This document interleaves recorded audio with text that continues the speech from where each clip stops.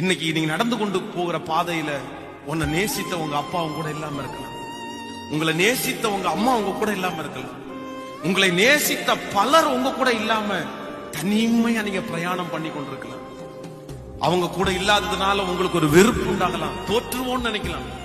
ஏன்னா எல்லாத்துக்குமே அவங்களை டிபெண்ட் பண்ணி நீங்க வாழ்ந்திருக்கலாம். ஏதோ ஒரு தேவைன்னா உடனே நீங்க அவங்களுக்கு போன் பண்ணி ஒரு ஜெபம் பண்ணிக்கலாம், அவங்களுக்கு போன் பண்ணி ஒரு ஆலோசனை கேட்டிருக்கலாம். இன்றைக்கு யாரோ ஒருத்தர் இதே சிச்சுவேஷன்ல இருக்கலாம். ஒரு நாள் உங்களை வழி நடத்தினவங்க கூட இல்ல, ஒரு நாள் உங்களை தட்டி கொடுத்தவங்க கூட இல்ல. இன்னைக்கு தனி ஒரு நபராய் நீங்கள் இருக்கிறீர்கள். இந்த பிரச்சனைக்கெல்லாம் அவங்கள்ட்ட போவ, அவங்க கரெக்டா ஆலோசனை சொல்லுவாங்க, அவங்க கைட் பண்ணுவாங்க, அவங்க உதவி செய்வாங்க. ஆனா இன்னைக்கு அவங்க என் கூட இல்லையே அப்படின்னு நினைக்காதீங்க.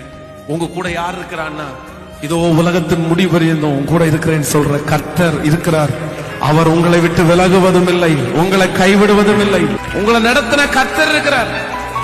ஹalleluya, ஹalleluya. எத்தனை பேர் விசுவாசிக்கிறீங்க, நம்புறீங்களா? ஆண்டவர் என் கூட இருக்கிறார், அதனால தோல்வி